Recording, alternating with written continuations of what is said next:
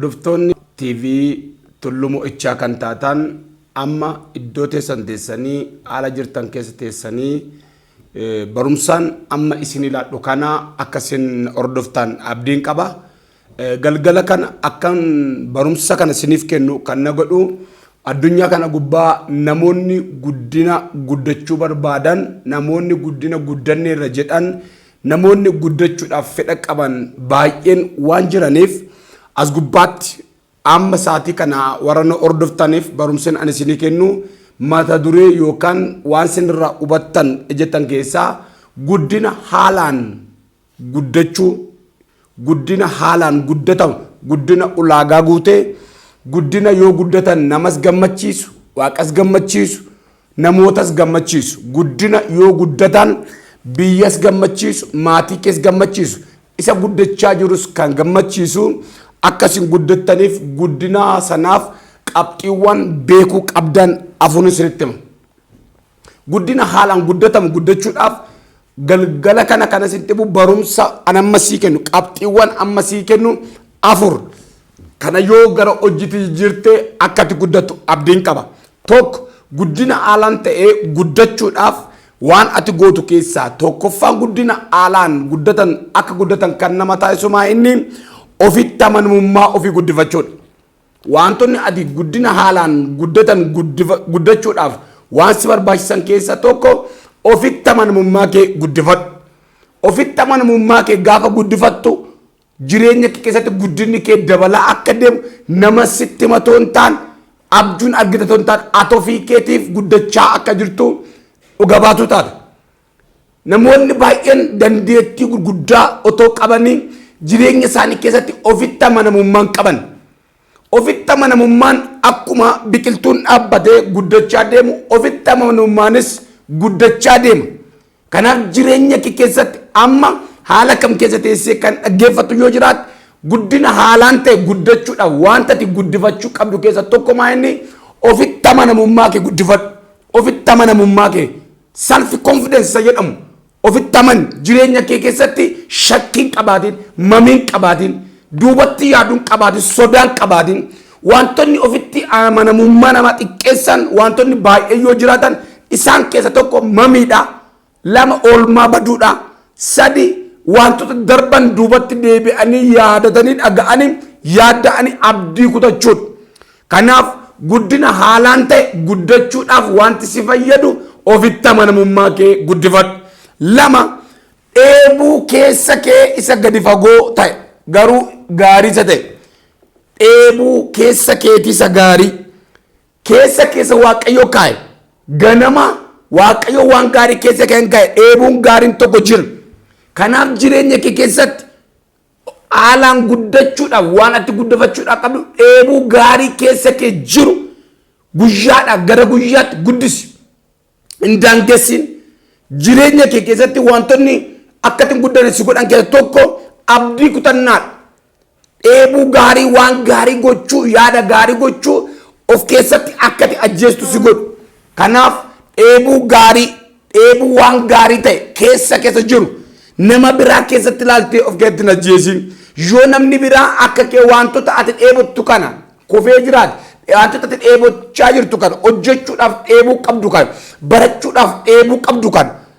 akkuma kee dheebotee namni biraa kufeera milkaa'uu dadhabeera yoo ta'e anis danda'ee milkaa'u ekeleenuun kufee jettee namoota sababeeffattee namoota naannoo kee haala naannoo kee ilaaltee dheebuu keessa kee jiru hin ajjeesin. Guddifadhu, cimi, al tokko kufuun kufaatii kee ka'umsatti jijjiiri malee abdii kutannaatti hin jijjiirin. Kanaaf dheebuu waan gaarii ta'e keessa kee jiru guddifadhu. Inni gara biraa haalaan guddachuudhaaf wanta ati guddifachuu maltu keessaa inni qabxiin sadaffaan ani sitti himu yoo jiraate inni itti fayyadama yeroo keetii guddifadhu. Itti fayyadama yeroo keetii guddifadhu. Yeroon inaara'u, yeroon bira darbamees deemuu hin danda'u. Yeroo yoo irratti hojjetan namaaf hojjeta. Yeroon qabeenyan qarshiin bitamuu hin dandeenyedha. Kanaaf itti fayyadama yeroo keetiin lafatti hin balleessin. Amma iddoo jirtu irraa ka'eeti yeroon kee maal takka dhume eessa takka darbe itti yaaditi itti fayyadama yeroo keeti irra deddeebi itti yaadi yeroo kee lafatti hin fitin dargaggummaarra jirta yoo ta'e wantoonni kana boodeessi afaan maal akka taate yaadi in dandeessa sammuu nan danda'a jedhu qabaadhu yerootti fayyadame yeroo kee lafatti namoota kufaniif naannoo kee jiran laaltee abdiin kutiin caljettee tokko taa'an oolin wantoota hojjechaa jirtu kana waan ammatti hojjettee amma fixuu dandeessu boruun hojjedha jettee boruttoof jalaan dabarsiin haalaan guddachuudhaaf waan ana guddifachuu qabdu keessaa amaleeffachuu waan qabdu keessaa yeroo kee haalaan itti fayyadame yeroo kee dhimmatti ba'i otoon dabarsiin hojjedhu nama nagate nan dogoggore qarshiin harkaa dhabe beekumsa hin qabu hin jedhin isaan kun qabeenya uumamaan waaqayyo nama kamiif isa barateef isa hin baranneef qixxee kenne waan ta'eef yeroo irratti fayyadamuudhaan namni wal caccaala waan ta'eef yeroo keetti haalaan fayyadamuu kee guddifadhu ammas cimina gaarii sadarkaa gaarii irra jirta yoo ta'e ammas isuma fooyyessi har'a eessan oole maalan hojjechaa oole yeroo koo keessaa ammamtu lafatti gubate ammamiin hojiirra oolche halkama ammamin rafa ammamin taa'ee qo'adha ammamin kadhadha iddoon anaa fi waajjira koo jidduu daqiiqaa meeqana oobsisa yoon dafee deemee akkam ta'a yoon konkolaataan deemee akkam ta'a isa jedhu haalaan guddachuudhaaf waan ati guddifachuu maltu keessaa akkaataa itti fayyadama yeroo keeti lafatti yeroon kee lafatti akkasii jalaa hin guban qabxii inni arfaffaan wantoota ati haalaan guddachuudhaaf guddifachuu qabdu keessaa ogummaa kee beekumsa kee guddifadhu ogummaa si keessa jiru waan amma ittiin hojjechaa jirtu waan boru si miidhu ta'in ta'ee waaqayyo biratti gadi qaba ta'ennaan ogummaan xiqqoon qabu beekumsis xiqqoon qabu waaqayyo jedha macaafni qulqulluun warra isa biratti faara tolaadhaan ilaalaman ogummaa beekumsaa fi gammachuu kennaaf jedha ogummaa fi beekumsi waaqayyo biraa waan namaa kennamaniif waan si kenna ammanuma naa kenname jettee of hin daangessin ogummaa si keessa jiruu fi beekumsa si keessa jiru haalaan guddisi beekumsi guddachuu danda'a beekumsi ogummaan guddachuu danda'a beekumsi ogummaan karaa kamiin guddata yoo jette tokko isuma kennicha sii kenne waaqayyotu sii guddisa lama namoota ogummaa sana qaban wajjin ooluudhaan isaanirraa barachuudhaan sii guddachuu danda'a sadi atumti tattaaffii mataa keen amma kaleessa jiru irraa guddachuu hin danda'a ati yennaa dhalattu akkuma kiiloo 2 taate dhalatte amma kiiloon kee guddate akkasuma nyaata barbaada ogummaan guddachuudhaaf beekumsi guddachuudhaaf kitaabolee garaagaraa dubbisi hiriyoota ogummaa kee qaban kana jabeessi itti fayyadami hin danda'u jedhin inni dhuma qabeenya yookaan maallaqa qabdu haalaan guddifadhu guddina haalaan ta'e guddifatu qisaasa'ummaa yookaan balleessii lafatti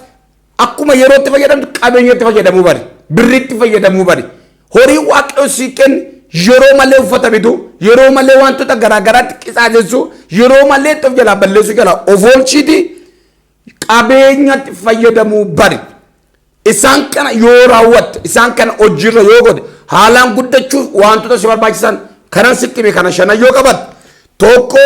ofitti amanamummaa kee guddifadhu lama dheebuu waan gaarii ta'e keessa kee jiru guddifadhu sadi akkaataa itti fayyadama yeroo kee guddifadhu afur ogummaa beekumsa si keessa jiru guddifadhu shanaffaan akkaataa itti fayyadama maallaqa keetii guddifadhu